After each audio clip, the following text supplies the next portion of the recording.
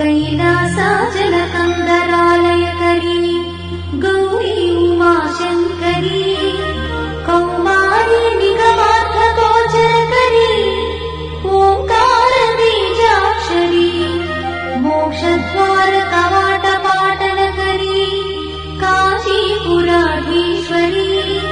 भिक्षां देहि कृपावलम्बनकरी माता अन्नपूर्णेश्वरी शरणागत दीनार्थ परित्राण परायणे सर्वस्यार्ति हरे देवी नारायणी नमोस्तुते